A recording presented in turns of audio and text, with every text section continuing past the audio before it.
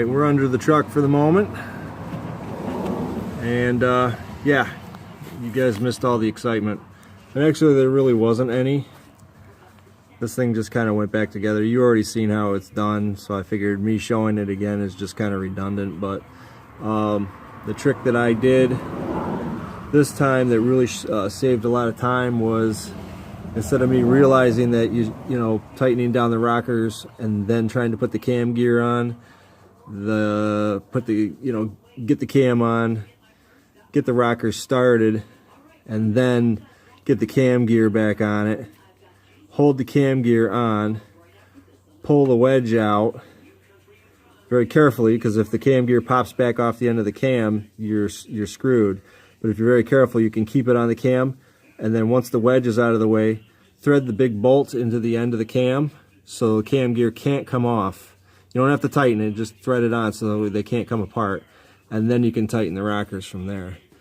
But yeah, that was a time saver rather than me realizing that the cam gear was slightly off and then I had to loosen the rockers a second time just to do that. But it's hard to see under here, but we've got a big old green drain pan in the way, but some sway away torsion bars. Pretty much the exact same setup as the red truck, just a little older. Alright, so on top of that, this is all back together, and gonna take a risk. I am going to run it.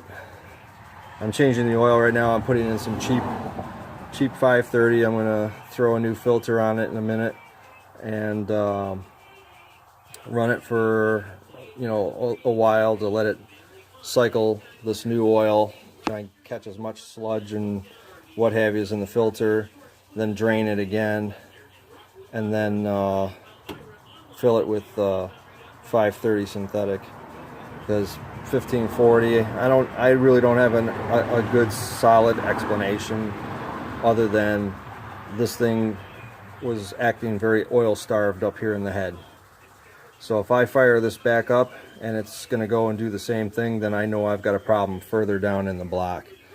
So at that point, we'll just weigh our options then. For now, I just want to try and nurse this thing along long enough that I can get some kind of plan in place. I mean, as I said, we're not going to be at this facility for much longer, so I got to start thinking about, you know, packing.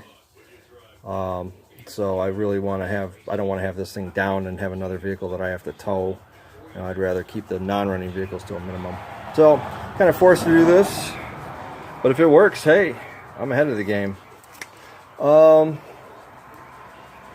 guys have done valve cover gaskets and what have you, so it's pretty much the same process. Just pull the valve cover off. Everything you need to deal with is right there. And if you have any questions, just leave them down in the comments below.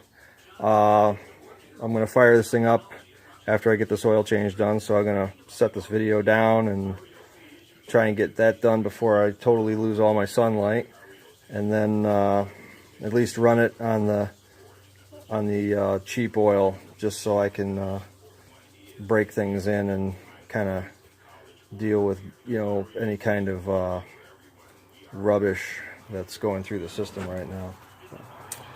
Alright, I'll keep you guys posted. Thanks for tuning in.